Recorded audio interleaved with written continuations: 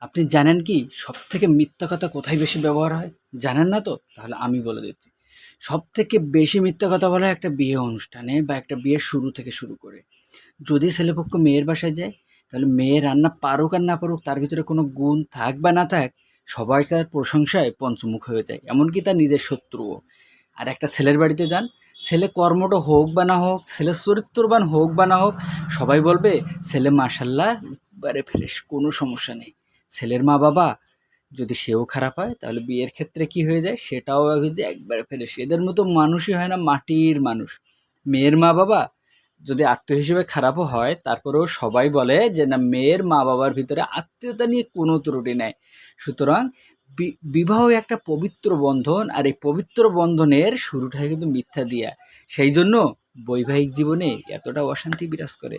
সুতরাং যারা এখনো বিবাহ করেননি তারা চেষ্টা করবেন মিথ্যা দিয়ে নয় সত্য দিয়ে জীবনের একটা গুরুত্বপূর্ণ জিনিস শুরু করতে। কারণ আপনি বৈবাহিক জীবনে সুখী না থাকলে আপনি কোনো জীবনেই, কোনো কাজে, কোনো কিছুতেই সুখ খুঁজে পাবেন না। সো